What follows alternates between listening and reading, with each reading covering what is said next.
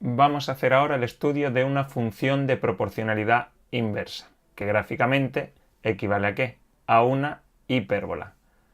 Una función de proporcionalidad inversa era del tipo y igual a k partido x. Se le llamaba de proporcionalidad inversa porque como la x está en el denominador, cuanto mayor es la x, menor es la y.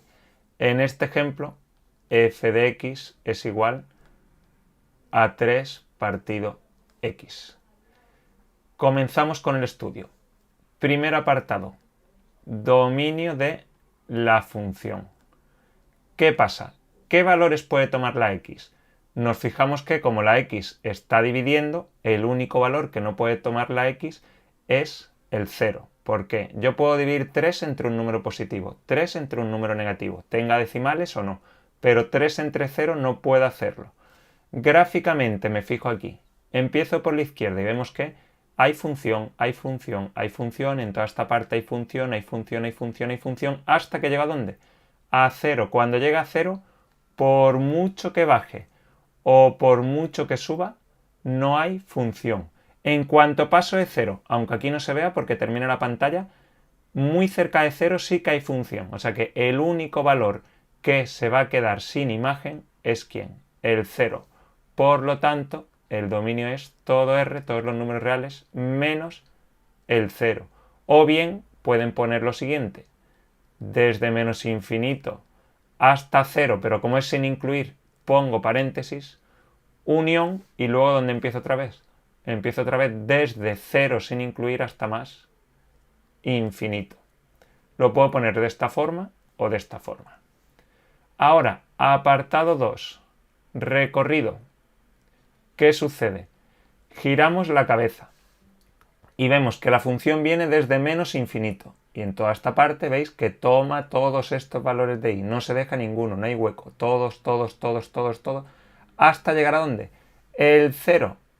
Veis que en el 0 que pasa, por mucho que me vaya hacia allá o hacia acá, no encuentro función. O sea que no va a haber ningún valor que haga que la y valga 0. ¿Por qué? Fijaos una cosa.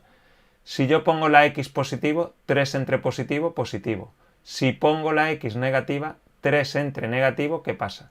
Negativo, pero ¿hay algún valor para el que 3 partido x me vaya a dar 0? No, ninguno.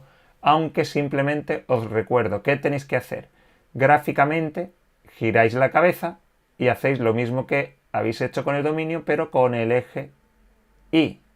Y vemos que ¿qué? Que 0 es el único valor de y en el que no hay función.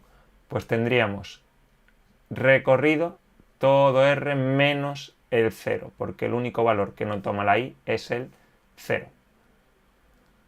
Apartado 3. Puntos de corte con los ejes. ¿Qué pasa? Iba a poner eje X, eje Y, pero ¿toca la función al eje X en alguna parte? No. ¿Por qué? Porque veis que aquí se acerca mucho, mucho, mucho, mucho, mucho, mucho al eje X, pero nunca lo tocará. Y por este lado se acerca mucho, mucho, mucho, cada vez más al eje X, pero no lo tocará. Y en el eje Y sucede lo mismo. Por aquí se va a ir acercando cada vez más al eje Y, pero no lo toca. Y por aquí se acerca cada vez más al eje Y, pero no lo toca. Entonces, puntos de corte, ¿qué decimos? Que no tiene, que no corta ni al eje X ni al eje Y. Esas rectas a las que la función se acerca cada vez más, pero no las toca, se llaman asíntotas. El eje X sería una asíntota horizontal y el eje Y en este caso sería una asíntota vertical. Dependiendo del curso, eso lo tendréis que escribir o no. Depende del curso y del profesor. Apartado 4. Continuidad. Vemos que si voy a dibujar la función, vengo desde menos infinito, dibujando, dibujando, dibujando, y puedo seguir dibujando, me voy acercando cada vez más, pero llega un momento en que, ¿qué? Si quiero seguir dibujando, me voy acercando a 0 y tengo que levantar el lápiz e irme arriba y empezar a dibujar otra vez. Entonces, en el único sitio donde veo que no hay función, que quedaría un hueco, sería donde en 0. Y hemos dicho que para dibujar tendría que saltarme el 0, levantar el lápiz y seguir dibujando. Por lo tanto, ¿dónde es continua? Puedo decir dos cosas. O bien decir que tiene una discontinuidad en x igual a 0, o bien que f de x es continua, ¿dónde? Abro una llave, ¿por qué? Porque hay dos trozos. Es continua desde menos infinito a 0 sin incluir, porque en 0 hemos dicho que no es continua. Unión, ¿de dónde? De 0 a más infinito. O la otra variante es ponerlo exactamente igual que aquí. Puedo decir que es continua en todo R menos el 0. En resumen, discontinuidad solo hay una en x igual a 0. Apartado 5.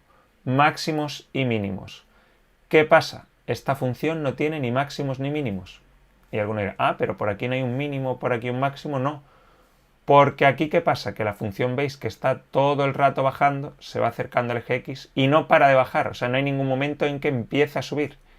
Y aquí, ¿qué pasa? Que la función, lo mismo, viene bajando todo el rato, pero en ningún trozo, en ningún punto, pasa de bajar a subir o de subir a bajar. De hecho, es que no sube, no crece en ningún sitio. Tenemos que tener en cuenta que lo miramos de izquierda a derecha. Entonces, no tiene máximo, ni mínimo. Mucho cuidado con las abreviaturas en los exámenes. Yo las utilizo muchas veces, pero en un examen no debéis. ¿Por qué no? Porque hay muchas abreviaturas que no son oficiales. Las que son oficiales sí, pero otras que pongo yo aquí a lo mejor max, min, a lo mejor no os dice nada al profesor, pero mejor escribir completo máximo y mínimo. Crecimiento. Hemos dicho que la función no crece en ningún sitio, no sube en ningún sitio. Tenéis que tener en cuenta que se mira de izquierda a derecha. De aquí hasta aquí baja y en todo este trozo también baja. Por lo tanto, decimos que f de x decrece, como son dos intervalos, abro la llave y primer trozo, desde menos infinito hasta 0. Insisto en que se decía mirando el eje x. El intervalo a lo ancho decrece de menos infinito a 0. 0 con paréntesis. ¿Por qué? Porque el crecimiento siempre se pone con paréntesis los intervalos. Unión, y el segundo trozo va desde 0 sin incluir y sigue para allá hasta llegar a más infinito. Siguiente apartado, simetría. Pues esta sí presenta simetría.